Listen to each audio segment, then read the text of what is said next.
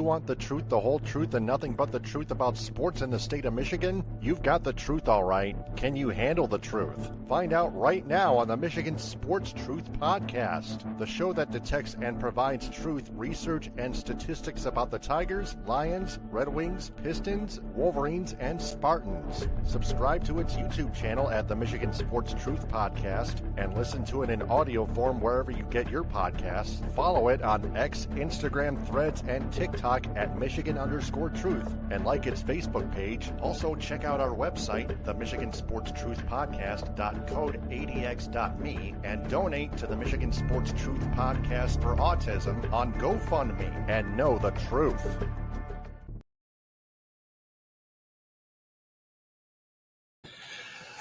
Taylor Phillips here, your Michigan Sports Truth detective. Of course, there's my Michigan Sports Truth magnifying glass. Of course, yeah, I almost lost it there, but anyway, got lots to dissect. Of course, Lions, Michigan football, the game, of course. Plus Michigan basketball, Michigan State football, Michigan State basketball, Pistons, Red Wings, and even a little bit of Tigers as well, involving our beloved starting pitcher and back-to-back AL Cy Young Award winner, Tarik Skubal. Thank you very much. Our disclaimer reads, this podcast is hosted by someone who has autism. If you're arrogant and disrespectful, don't even bother commenting. Keep your thoughts to yourself and never tell the host what to do. Please be patient with me. Even though I'm 41, I'm still autistic. So that takes care of that. So let's go ahead and go to the Lions library. Well, wouldn't you know it, this time I knew the Green Bay Packers would win. And so they did. Packers beat the Lions 31-24 on Thanksgiving Day. The Lions fell behind 10-0 to begin with after Lions wide receiver Amon-Ra St. Brown left the game with a leg injury and may possibly be out for a week or two, as I turn on the screen sharing for those of you who are watching in video form. Brian Branch pursued Dontavian Wicks on 4th and 2, but on the same exact play, left Wicks wide open going into the end zone for the easy touchdown catch, making it that proverbial 10-0 count. Fans and media complain about whether Wicks stepped out of bounds or not, but Branch missed and failed his assignment as a receiving defender in the secondary, regardless whatever the call was. And the secondary receiving defense is the last line of defense.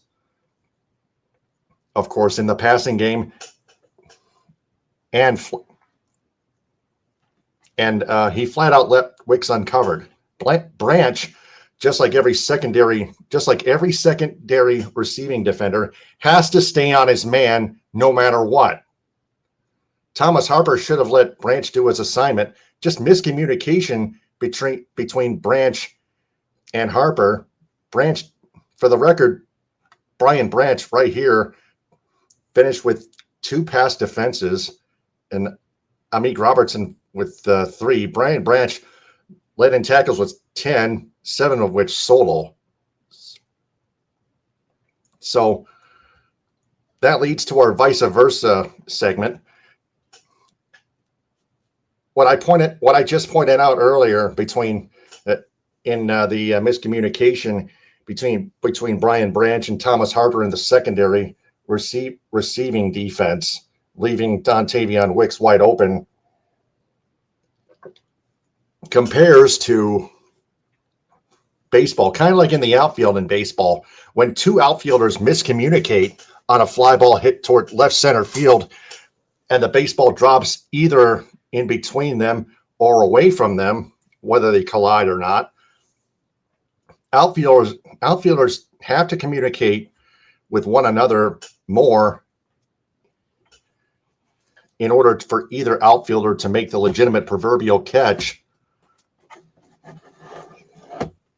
So in football, receiving defenders in the secondary have to communicate more in order for the given receiver, the given receiving defender, rather, to stay on his opposing receiver and make the legitimate proverbial defensive play, whether it be a pass breakup or interception. So as I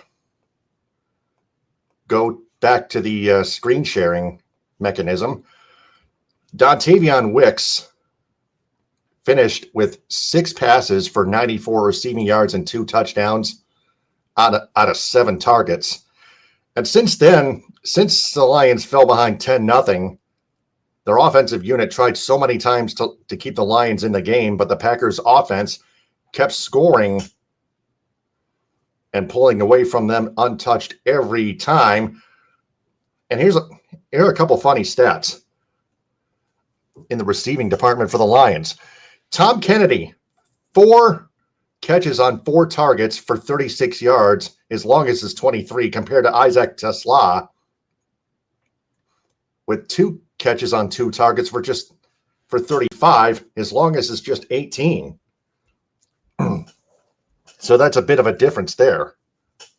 So Tom Kennedy is trying to prove at least a little bit. Just got to prove more. I guess they're both Kennedy and Tesla were just small sample sizes. That's the key. But I'm showing the difference here. So anyway, 3 sacks allowed by the offensive line on Jared Goff and 0 sacks recorded by the Lions defensive front 7 on Jordan Love and the secondary Lions defensive front 7 and secondary combined on Jordan Love. The offensive line, even with the returning Frank Ragnow from retirement, still couldn't contain Packers defensive end Micah Parsons, who recorded 2.5 sacks, 8 tackles, 4 solo, 4 quarterback hits. Micah Parsons is a beast. He's been a Pro Bowler. 2.5 sacks in that game, including a key sack late in the 4th quarter. The Lions' offensive line could not protect Jared Goff, Jahmyr Gibbs, or David Montgomery at any moment in the contest. And Frank Ragnow can't do it all by himself. The entire offensive line needs to come back together and stronger than that. That also includes Penei Sewell, Taylor Decker, Graham Glasgow, everyone else. Ragnow was only getting warmed back up. But we'll get to his failed physical in a minute.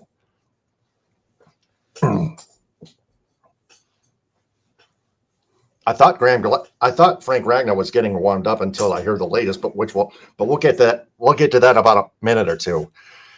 But Dan Campbell's play calling, especially on those 2 failed 4th down conversion attempts, was atrocious yet again. 0 for 2 on 4th down offensively. The field goal came in way too late, but it might not have mattered anyhow because the defense decided not to show up at all whatsoever. They didn't get any stops. Punts, oh man, where the heck? I'm going to look at the box. I'm going to have to find that in the box score. Punting. The Lions forced 2 punts, so there's that, but still not enough. Aiden Hutchinson hasn't been himself as of late. Yeah, he did get 6 tackles, 3 of them solo, but that's it. But he got a sack, a game-ending sack against the Giants in overtime in a Lions 34-27 win. But he hasn't recorded too many sacks as of late, what still includes that game-ending sack. But anyway, pressures don't mean much if you can't record a sack. That's also weak. Also, Marcus Davenport and Malcolm Rodriguez still didn't play at all. They're not, as you can see, they're not listed. They're still not ready. So here's the deal. It's time for everyone else on the defensive unit entirely to step it up a few notches. I need to see more work from DJ Reader. DJ Reed as well. DJ Reader and DJ Reed. Derek Barnes, just 2 tackles. Trevor Nowalski, 1 tackle. Aleem McNeil, 0 tackles. Just 1 quarterback hit, and that's it. Yeah, come on, Aleem, you're better than that. Seriously. Thomas Harper, Khalil Dorsey, Al-Quadin Muhammad, Sion Vaki, and Roy Lopez. Lopez has been red hot until Thanksgiving Day. One solo tackle, and that's it in that Thanksgiving Day game. Even Terrion Arnold only made 4 tackles, which is better than Roy Lopez, DJ Reader, and Al-Quadin Muhammad all combined. And it's still not good enough. You can't just count on 3 or 4 top defenders on the team like Alex Anceloni, Jack Campbell, and Aiden Hutchinson, and Brian Branch. Everyone on defense needs to step up, stop running around like a bunch of lobotomized chickens, and stop making excuses. Get to work! Now, the only 2 bright spots on offense particularly were Jared Goff, who threw 20 of 26 for 256 passing yards, 2 touchdowns, no interceptions, a quarterback rate of 85.8, and an overall rating of 132.9. Goff did all he could, and his offensive line just wasn't there again. And then the other bright spot is Jameson Williams, 7 catches for 144 yards and a touchdown, a receiving touchdown. That's it. But minus 5 rushing yards. So that's net 139 net total yards. Total net yards for Jameson Williams. It's still good. So let me take another swig of my water here. Yeah, this is all the box score and team stats information that you need. Now, the devil's advocate. The officiating didn't play much of a factor, although there were a couple questionable decisions that clearly went the Packers' way, including the false start call, or the negated false start call for the timeout. Yes, there was a false start before head coach Matt LaFleur of the Packers called a timeout, but the Lions have to be better for it and play better and step up more. Stop standing around and running around crying foul and crying wolf about your conspiracies, Detroit versus everybody, and play that damn game. If you keep blaming the referees and the league for every loss you suffer throughout the season, you are clearly one of the weakest teams in the NFL. This is an indictment on you and your team and your organization and its fan base as well. So the aftermath with that loss, the Lions fall farther down in 3rd place in the NFC North Division standings at 7-5. And the Packers improved to 8-3-1, and the Bears improved to 9-3 with their win in Philadelphia over the Super Bowl champion Philadelphia Eagles. The Lions are really on the brink of getting eliminated from playoff contention from this point on out. They've been playing for just a wild card spot since week 1 when the Packers dominated the Lions at Lambeau Field. This is an absolute disgrace from the Lions organization. Brad Holmes didn't address the offensive line much after Frank Ragnow temporarily at least retired in the first place back in June, and he also failed to bring back Cedarius Smith, did Brad Holmes.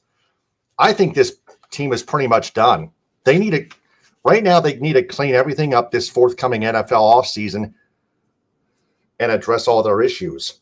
Until then, I'm through with this team for the rest of the season, and most importantly, I'm fed up. I'm fed way up to here with everyone's conspiracy about everything, and everyone hates Detroit. That's not even true. That's not even anywhere close to being true. You're just being a weak and fragile crybaby and nothing more. Be better for it. I won't tolerate it. Now, in critical thinking, for future considerations, if the Lions do end up firing head coach Dan Campbell and maybe general manager Brad Holmes as well, or one of the two, I don't necessarily see all darkness and no light.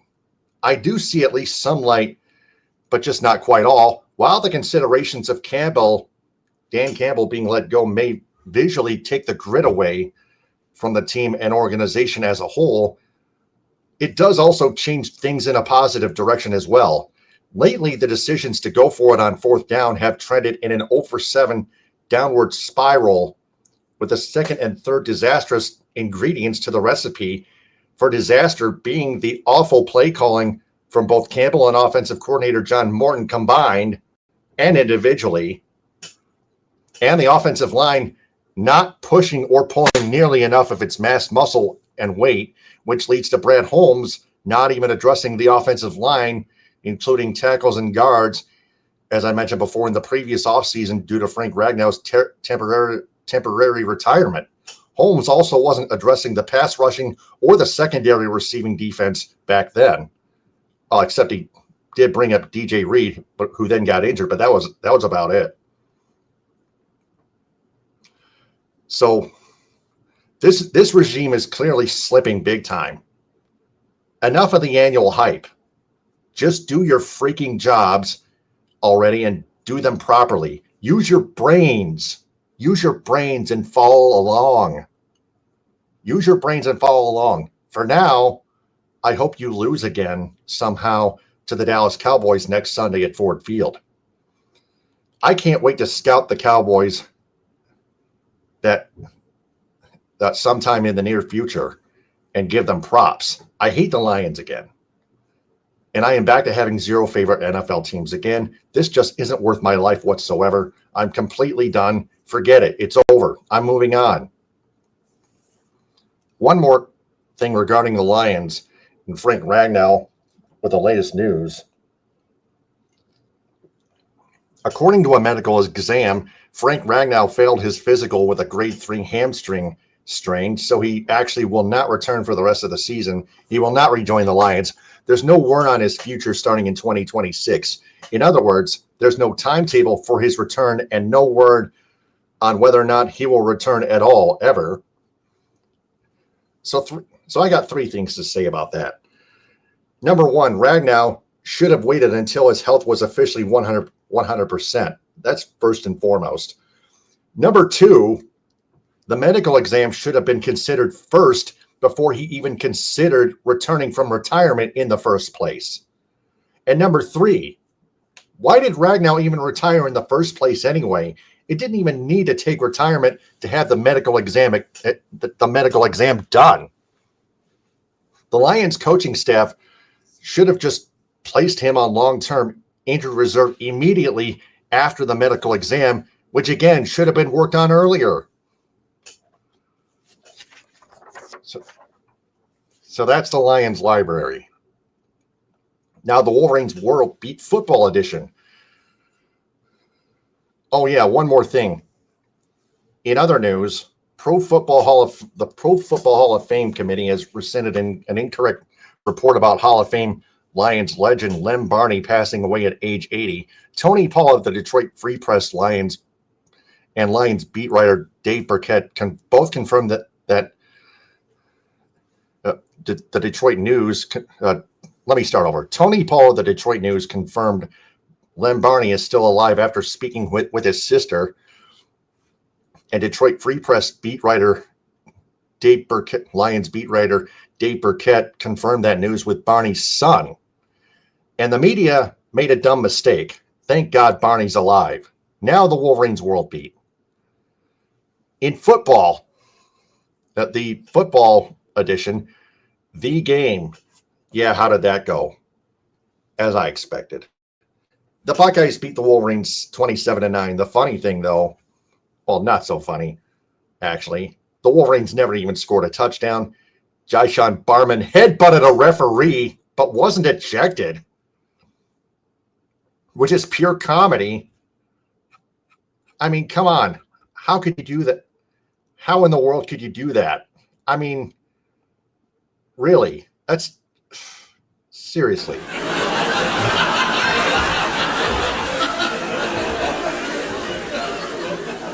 Man, oh man, oh man.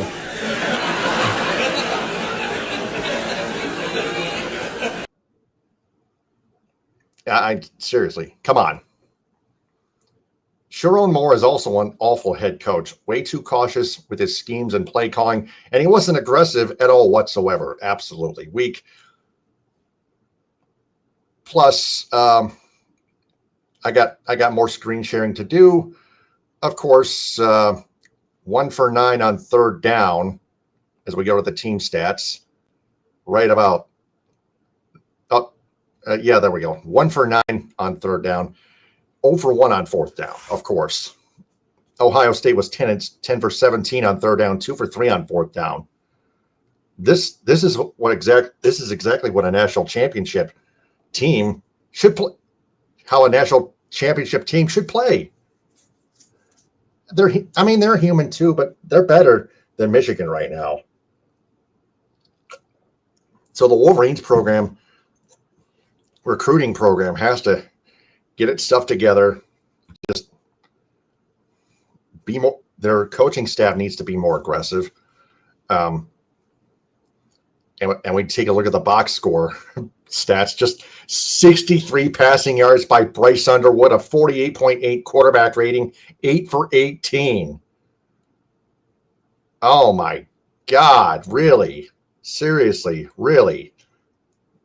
Thank you very much, Scott Morgan.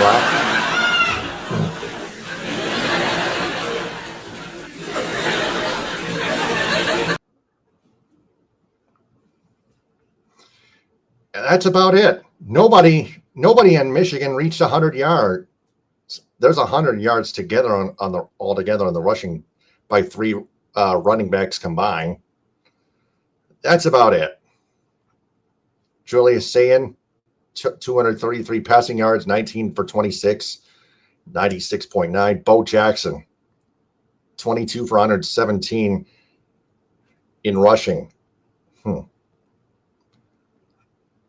Jimmy Roller for Michigan, 12 tackles, but that's about it. So Michigan finishes 9-3. 9-3. How is that possible? How are they 9-3? Yeah, we already know Ohio State finishes the regular season undefeated. They're going to play Indiana for the Big Ten championship. For the Big Ten championship in Indianapolis next Saturday at 8. I definitely can't wait to see that one just for education and entertainment purposes. So with that being said, their men's basketball team, as we head to the Wolverines World Beat Men's Basketball Edition, Michigan blazed through the Players Era Championship. First off, they routed the San Diego State Aztecs, as we take a look here in video form, 94-54, and then 102-72 over Auburn, and then 101-61 over Gonzaga. San Diego State, let's take a look at that. 50-27% in field goal shooting, just 13 turnovers, 49-34 in rebounds. Yaxel Lendenborg, 15 points. Morris Johnson Jr. and Elliot Cadeau, 13 points. Namari Burnett, 11. Will Tschetter with 10. Roddy Gale Jr. with 11. And then Auburn, number 21. Michigan dominated them. Just 9 turnovers to 8. Michigan out-rebounded Auburn 51-35. Michigan outshot Auburn 51-35% field goal percentage in field goal percentages. And then you got this. Yaxel Lendenborg, 17 points. Morris Johnson Jr., 15 points. Namari Burnett, 15 points. Roddy Gale Jr., also 17 points. So that's a tie for the lead in scoring. 6 rebounds for Gale Jr., 5 rebounds for Lendenborg. They are working as a team. 5 points, but 8 rebounds for Ade Mara. Trey McKinney with 11 points and 7 rebounds. This team is dominating. They are really dominating. And I'm not even done yet.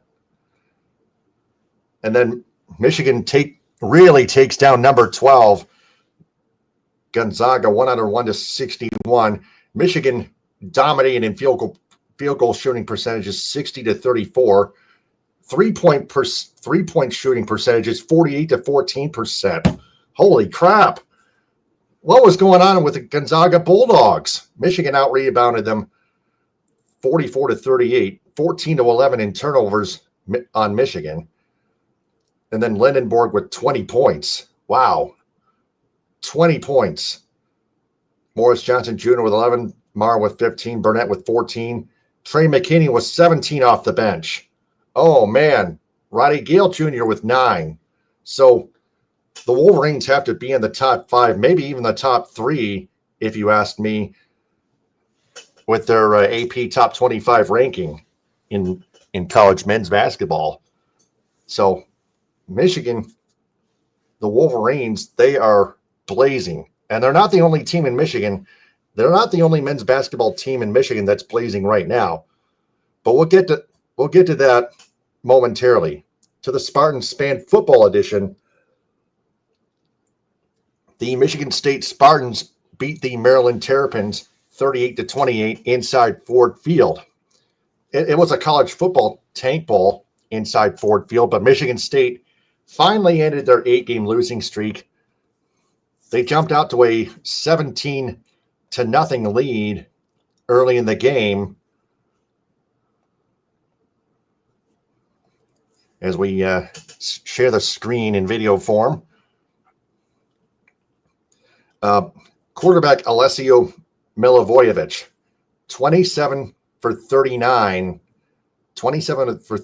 with 292 passing yards, 4 touchdowns, 1 interception, a 78.4 quarterback rating. Milivojevic really shined at Ford Field. He really did.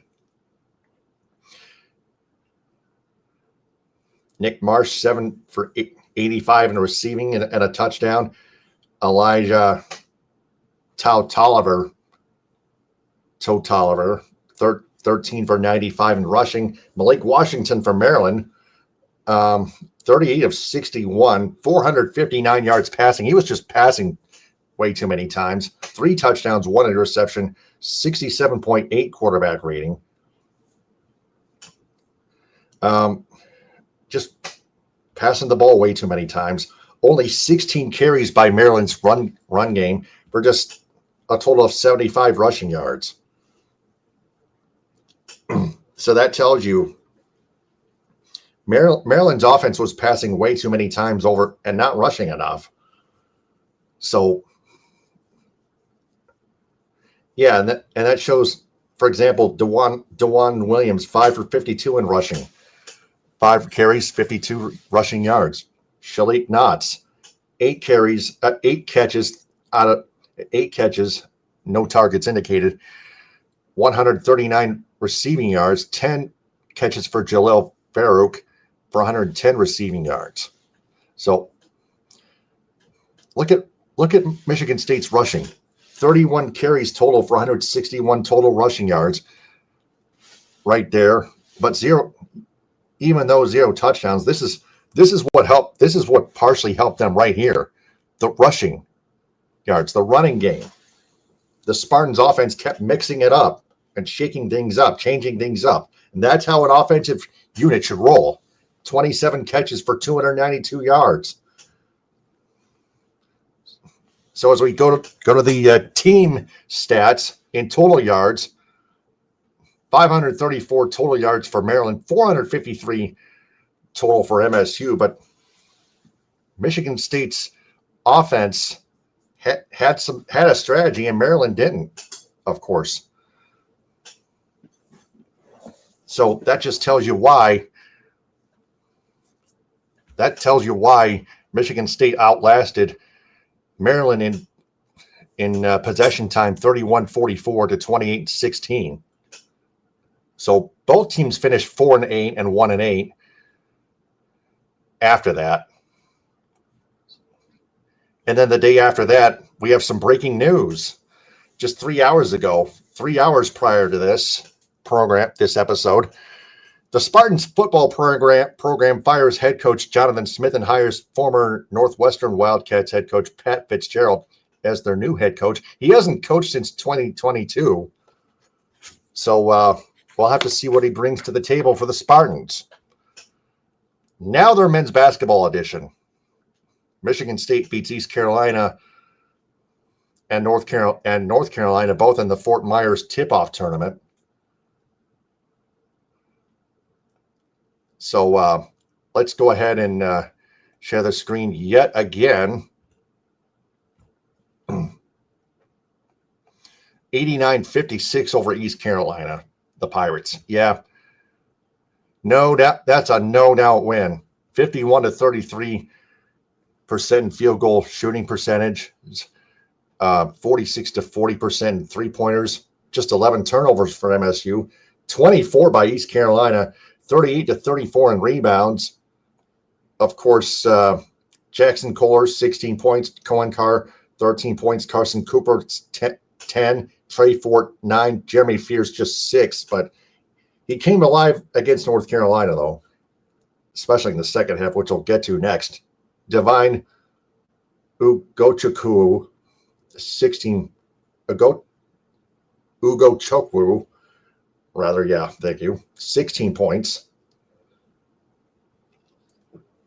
Off the bench. Cam Ward also off the bench with 9. That's all you need to see there. And then their big Fort Myers tip-off big game, the Beach Division, 74-58 over North Carolina. It was the battle of the undefeateds. Man, look at those team stats. 52-38 MSU shot percent. MSU outshooting North Carolina. 50-17% in three-point shooting. Wow. How in the heck is that possible? Wow.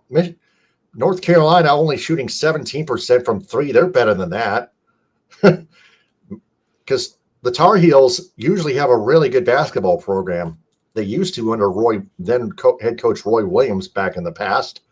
But not anymore. Things have changed nowadays. But for Michigan State, they still have Tom Izzo. They're staying the course. Sometimes staying the course is good, but it depends. Of course, 50% from three-point shooting. Wowzers. And then Jeremy Fears, 19 points. 15 of them, which came in the first half.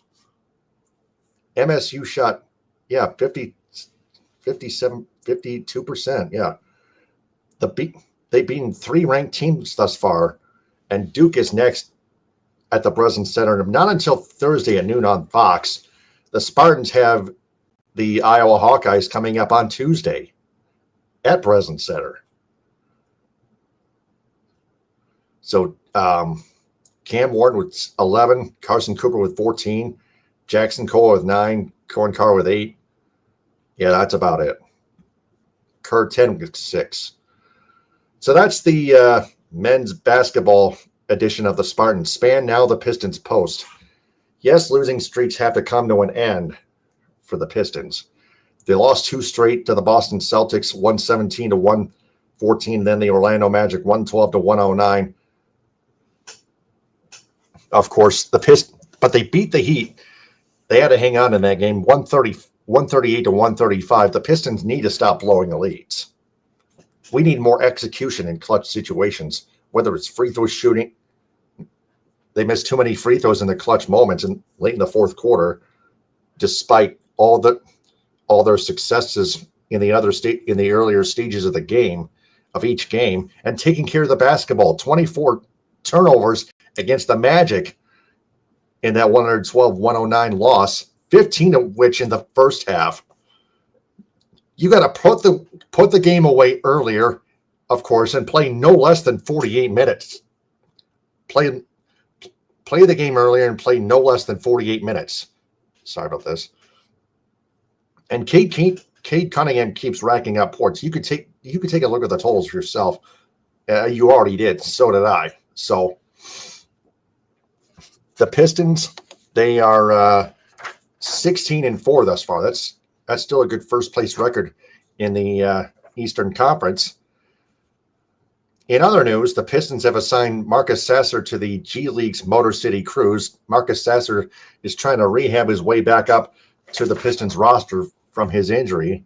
Bobby Klintman is also hurt. Now we go to as the winged wheel turns. The Red Wings lost 4 straight games, of course. They lost to the New Jersey Devils 4-3. They lost to the Nashville Predators 6-3. They lose to the Tampa Bay Lightning 6-3 as well. And then they lost to the Boston Bruins 3-2 in a shootout. The Red Wings keep losing third periods, and that's what I've been talking about thus far. Let's go with the obvious. Defenseman Travis Hamonic keeps being a disaster on the ice. The Red Wings are being outscored 12-0 at 5-on-5 with him on the ice in his last 11 games, and 14-0 with him on the ice overall. And Travis Hamonic keeps giving pucks away, resulting in goals against. Many of them, of course, as we take a look at the standings on the screen sharer. The Detroit Red Wings had 27 points. They were as low as 6th place in the Eastern Conference wildcard. They're back up in 5th place, but I don't even know if that's progress or not. I strongly doubt it, the way they're playing right now. So the Red Wings need to come together as a team. They need more chemistry. They need more spark. They need more urgency, especially from Todd McClellan. He needs to start changing things up. Emmett Finish is still on the first line, although he's been playing well as of late. Patrick Kane's being let down by the rest of his teammates. Kane's trying his best out there. He's busting his ass on the ice. So the Red Wings just have to be more aggressive, win more puck battles, finish a lot stronger, win more third periods. Stop losing third periods so much. Those are crucial moments, okay? For crying out sideways. And then we got the Tigers. And then one last team segment, the Tigers Tribune.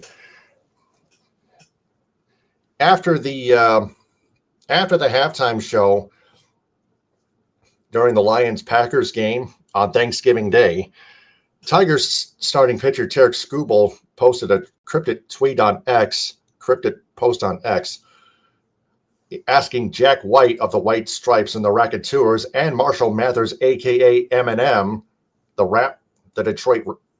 Detroit's famous rapper, of course, to come to opening day on April 3rd, 2026 at Comerica Park after Eminem and Jack White both performed at the halftime show, which you all saw. I slept past it. I slept past the whole game because I did not feel like it. But I did some research. I kept myself posted on X. I read notifications. I did all the research. I don't just watch the game like a slappy. So don't tell me to just watch the game and ignore everything. I don't need your slapper. I don't need your slappiness, okay? So here's the point. To a lot of Tigers fans, Skubal is staying with the team, but it doesn't necessarily mean Skubal is signing a contract extension just yet. In reality, at the moment, he's staying with the Tigers either at least through the 2026 MLB non-waiver trade deadline, or at least after the 2026 MLB season and its entirety concludes. And Skubal is eligible for arbitration 3 after 2026. As we share the screen for you one more time.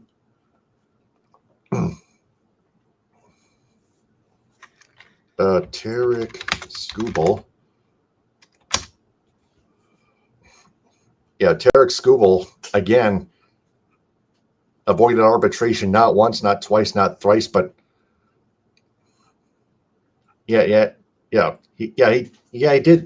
avoid arbitration thrice, and avoided 2 pre-arbitrations.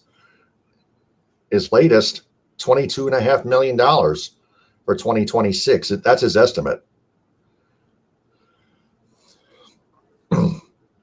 That's a league tax of 9.22%, according to Spot Track. So that's all that there is to know about Tarik Skubal's current contract situation. Let me take a sip of my water here. So, what did we learn? The Lions did themselves in with the same weak offensive line. Dan Campbell's constantly awful play calling and more failed fourth down conversion attempts, leading to opposing sacks, especially from Micah Parsons, and turnovers on downs, causing them to fall farther down in third place in the NFC North standings. The Wolverines football team's offense decided not to show up by not even scoring a single touchdown in their ugly loss to the Buckeyes in the game. Michigan men's basketball has proven they're a top 5 team and maybe even a top 3 team in the country with all their route wins in the Players Era tournament. The Michigan State Spartans football team finished strong with a win over Maryland on the turf of Ford Field 2 days after the Thanksgiving game in the college football tank bowl of a regular season finale. The Spartans men's basketball team also has proven that they're a team to be reckoned with, maybe even in the top 10. They took good care of North Carolina, number 16. So, also the Red Wings, they're just back to being the dead things or dead weaklings or whatever, losing 4 straight, slipping in the standings in general. They were as low as the 6th Eastern Conference wildcard spot. They're at number 5 now with their shootout loss to Boston. Yes, they got a point, but there was still no guarantee that they got a win. Tampa Bay and Boston, they're in the top 2 in the not so Atlantic division. The Pistons, we've learned that the Pistons cannot win every game, but they have to clean stuff up, including free throw shooting in the clutch, also plays in the clutch as well. You got to finish the game, got to finish stronger and play 48 minutes. And then the Tigers situation with Tarik Skubal, he's staying at least for now. That's it. That's all we've learned in the Michigan Sports Truth podcast. I'm Taylor Phillips. I am Taylor Phillips. Subscribe to its YouTube channel at the Michigan Sports Truth podcast. Like its videos and turn on all notifications on the bell icon. Click or tap on live to find its latest full episodes and shorts. Check out its shorts videos. Also watch it live and follow it on Twitch at Michigan Sports Truth.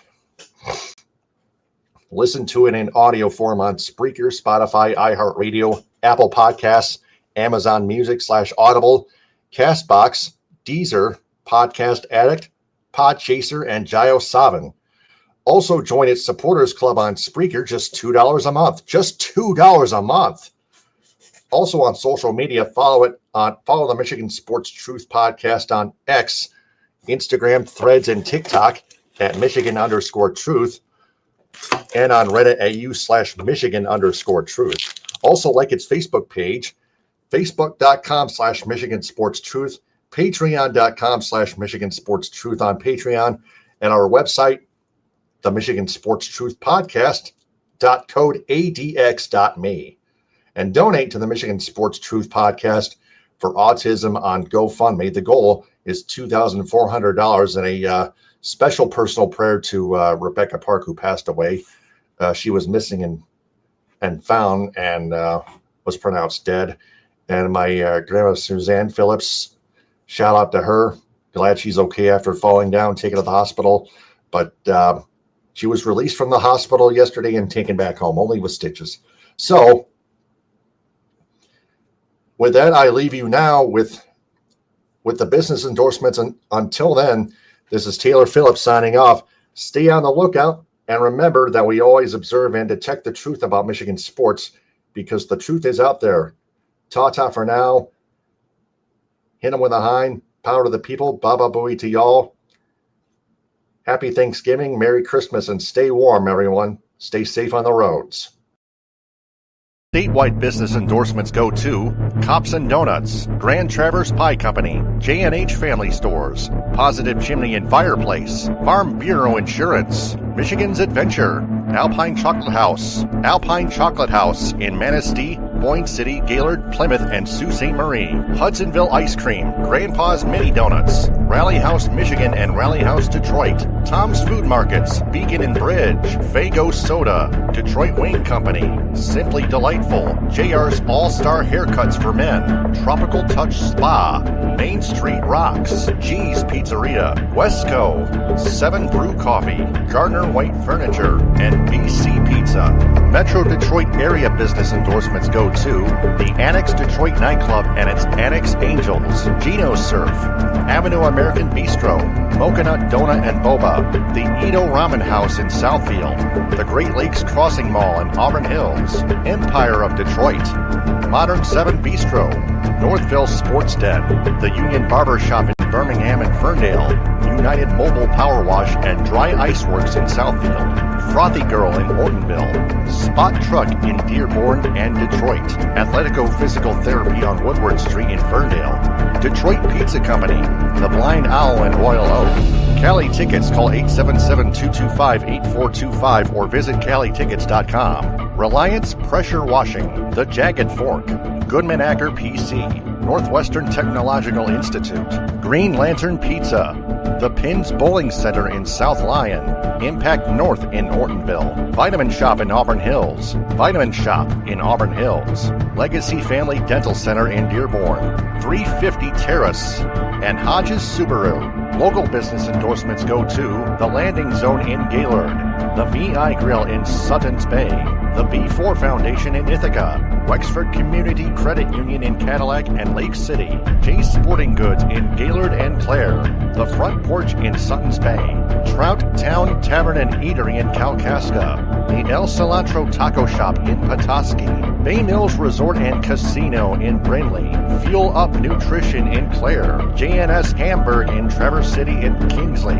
United Food Service Solutions in Grand Ledge, Friendly Foodies in Alpena, the Asian Buffet in Cadillac and Traverse City, Luddington Meat Company, McBain Hardware, Bandry Home Furnishings in Cadillac, Houghton Lake, Big Rapids, and Traverse City, Pearl's New Orleans Kitchen in Elk Rapids, Rogers Food Center in Lake City, Everett, and Reed City, Herman Hiss and Company in Bay City, Fletcher's Pub and Texas Corners in Kalamazoo, the Michigan Theater of Jackson, Hooters in Saginaw, Anna's House in Grand Rapids, Coffee Beanery in Flushing, Merritt Speedway, Northport Pub and Grill, Northern Logistics, and Spicer's Boat City in Houghton Lake. Traverse City business endorsements go to TC Man Cave, K1 Speed, Play It Again Sports, Erica Nita of Traverse City Real Estate, Yen Yoga and Fitness inside the Delamar Resort on Front Street, Firefly Kitchen and Bars, Traverse City Fun Running, Margarita's Grill, Wellbeing with Catherine Palms,